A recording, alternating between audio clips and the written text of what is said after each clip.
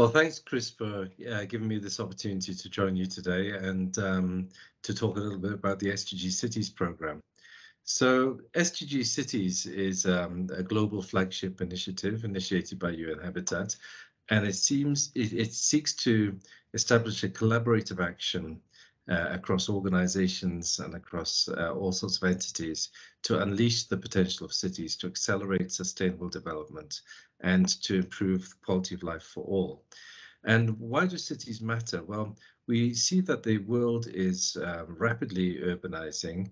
Now 55% of the world's population live in cities, and this will increase dramatically over the next decades.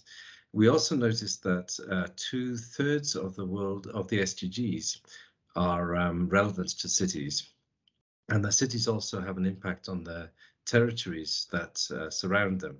So it's noted, therefore, that the battle for sustainable development will be won or will be lost in cities. Because on one hand, cities generate economy. Around 80% of the world's economy comes from cities. But on the other hand, cities are also churning out huge amounts of greenhouse gases, 70% of the world's greenhouse gases, 70% of the world's waste. But also there's a big challenge of inequality often associated with cities that need to be addressed. So on one hand, yes, the economic and creative potential of cities can really drive us towards the SDGs, but also if it's not managed well, cities could be problematic for achieving the SDGs. So the world came together in 2016 in Quito. 193 UN member states signed up to the new urban agenda at the Habitat 3 conference, and identified that how cities can drive the achievement of sustainable development requires effective policies. These policies need to then be translated into plans, into territorial plans, city plans, neighborhood plans, and this requires inclusive governance. The planning process to engage with communities, engage with stakeholders, women, youth, the business sector, for instance, elderly, disabled people, and that plans in themselves will not be implemented unless there can be infrastructure investment. So there needs to be infrastructure investment, and that needs to be equitably distributed, so without leaving anyone behind. And in order to invest in infrastructure, you need a revenue system. So the economy that's generated in the cities needs to be then translated into a revenue stream that can support and maintain infrastructure and infrastructure continued investment. So what we're trying to do with SDG Cities is to help cities in that process of going from data and having a good evidence base to strategic planning and engaging communities and stakeholders in that process, and then identifying the projects which are going to be the impactful projects to implement their strategies, and to get these projects financed so that they can be implemented. So it's a simple process from data to strategic planning, sometimes spatial planning, to identifying those impact projects and to connecting them to sources of finance. And at the same time, and then once they're financed, of course, they can then be implemented, and we can then see measurable impacts on the ground. But that requires local institutions that can be functioning well. So we're also looking at the functionality of the local institutions, particularly in areas of inclusive governance, planning, municipal finance, but also service delivery, such as solid waste, water and sanitation, and mobility. And we've got quite a big ambition. We're trying to work across 1,000 cities and impact on 1 billion lives. And this is why we need partnerships. This is why it's so important that we do this as a collaborative action, because as a UN Habitat project, I don't think we can reach 1,000 cities alone. So let's look at data first. The first track is data. Many cities struggle with trying to get indicators around more than 200 SDG indicators, and have asked us, can you identify what are the core indicators?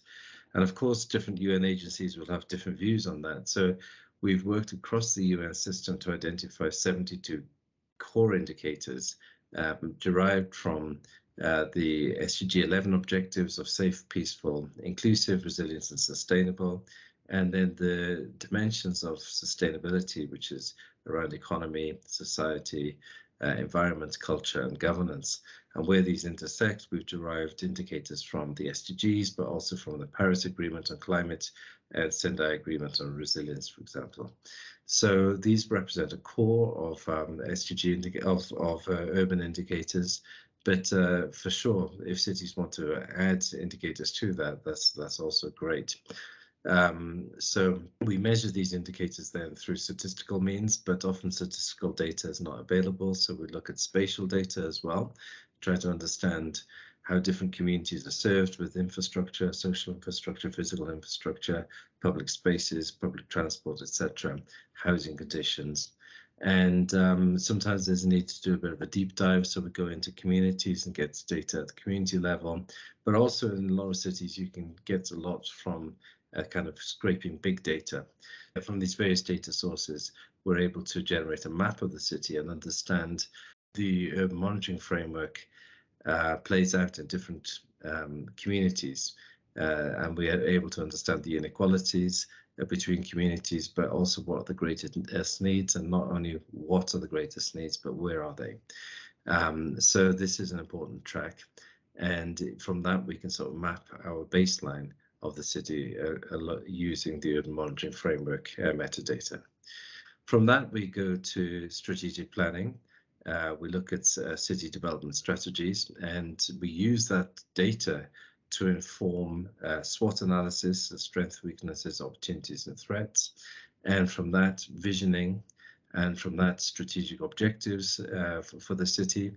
And at this point, then we can issue a voluntary local review report where the city has taken stock of how they're doing on SDGs, and they can publish that globally. And then after that, we do the strategic development plan, which is the sort of nitty-gritty of what's the actual priorities, how they're going to be budgeted, how they're going to be implemented, and it's a more detailed process. Of course, city authorities don't do this alone. They engage stakeholders, communities in the entire process. So that plan is really owned by the city itself. So with the action plan, we can then map, as we did with the baseline, where does the city want to be by 2030? And then when we compare that to the baseline, we then work out the gap between where the city is now and where it wants to be by 2030. And in this particular example, there's a lot of work that needs to be done in the sort of environment space, improving the inclusiveness of culture, and also looking at a more safe and more inclusive economy. So once you have that, then we have to then translate that into actions. So that's what the strategic development plan does. It looks at what are the actions in terms of software, and this could be local regulations, could be bylaws, etc., and hardware, which could be infrastructure investments, say in affordable housing, in public space, in street lighting, whatever that might be.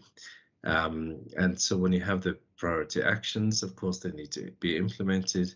And a bit later, I'll talk about track 4, which looks at how to finance some of these things. Meanwhile, in track 3, we're looking at effective local institutions. So it's one thing to have a plan and to know what the city needs to invest in, but there needs to be strong institutions to make things happen. So we look at the planning, the governance, the revenue, and basic services. We have a diagnostic phase, and then based on the diagnostic, cities can then access training materials, training resources. They can be linked to other cities that have common challenges, and they can be learning in learning communities. And then coming to the 4th track, this is the investment and impact. So through step 2, the strategic planning processes, we've identified what are the investment needs of the city. We can put these projects then on a portal. So globally, this is shared with potential investors. And then importantly, these projects are then supported with an advisory facility, which looks at the financeability of these projects and how to structure these projects for finance, and how to ensure that you're having the data and the information that investors need around de-risking, around rates of return, and these issues, but also the SDG qualities of these projects and how to report on what these projects are delivering in terms of SDGs. And then we also then have the vehicles, investment vehicles. So once the projects are developed and prepared for finance, then there are vehicles then that put in the initial first loss investment. And through that process, they're able to then crowd in a range of relevant investors to provide the sort of capital needed to make the project implemented. So that's the 4 tracks. We have data, strategic planning, institutional strengthening, and investment and impact. And then we want to recognize the efforts the city makes. So we have a certification which aligns to these 4 tracks. The silver certificate is basically showing that the city has commitment, political commitment to prioritizing SDGs. The gold shows that it has an evidence-based strategy, and the platinum then shows that the city has been strengthening its institutions, and then the diamond then demonstrates that the city is progressing towards impacting on the SDGs. It's delivering its plan, it's investing in these projects, and moving towards the achievement of SDGs.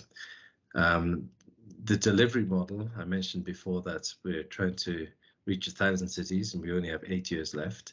So we've made a set of tools. These are all online. So for each of these tracks, the data, the strategic plan, the institutional capacity, etc., the investment facility, these are all kind of digitized. So they're accessible to cities all over the world. And where there's not good connectivity, we then work more in person with such cities. There are urban labs then, so these are sort of backstopping centers in each country, which services a group of cities, maybe at the country level or the regional level, and provides that sort of human expertise to work alongside those digital tools. And then we have global hubs. So for each of these tracks, the data track, the institutional capacity track, etc., certification, there are global hubs, or we're mobilizing at the moment global hubs that provides those sort of centers of excellence to improve the tools and to improve the processes and keep things on track. And then, of course, the most importantly is partnerships. So going to scale requires us to work with several partners. So city networks are important, academia, civil society, professional organizations, etc. And yes, faith-based organizations we think could be absolutely critical to achieving the scale of impact that we need. And we'll get onto that shortly. And then, of course, the last piece of the delivery model is around the certification. Human rights, gender, social inclusion are incredibly important aspects, and it's needed to be mainstreamed through each of the processes. So because we've got sort of standard tools and standard processes, we've been able to mainstream these aspects effectively throughout the whole project cycle. When it comes to faith communities, we very much welcome working with faith communities. We believe that they're often aligned very well to the values of the SDGs, particularly the principle of leaving no one behind. They're often well placed at grassroots level and have influence around their local communities. They're able then to work across networks of cities, networks of countries, and to learn from each other. Through their membership, they're well placed to advocate at all levels of government, but also across private and civil society sectors too. And also they're able to leverage their assets, their hard assets, such as the facilities and meeting places, but also soft assets, such as education programs, health programs, caregiving, volunteering, and social capital. So they're extremely well placed, I believe, to have that impact and leverage a lot towards the SDGs. And then importantly, there's often a culture of giving across all religions, and the need, the desire to give to support the needs of the most vulnerable people. And I think through things like the city investment facility, there could be a channel for faith organizations to bring finance from maybe the institutional setup or from individual donors all the way then to local communities, local faith communities, where they can then see the impact directly of their finance. So we very much welcome working with faith communities. In the World Urban Forum, there'll be a session on this, and we really hope that that will help to promote the idea and that we could very soon open a faith window for SDG cities. So just to recap, what's in it for whom? For cities, SDG Cities helps them to accelerate the achievement of SDGs and to improve the quality of life for their residents. For faith, it provides the opportunity to live out faith-driven values and to channel human and financial capital in a way that's practical, collective, and impactful.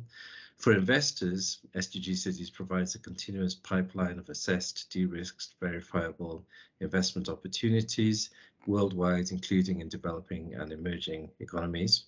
And finally, for global development, SDG Cities harnesses the potential of urbanization, the potential for cities to accelerate the achievement of the global sustainable development goals. So please do join us, and thank you for listening to this presentation.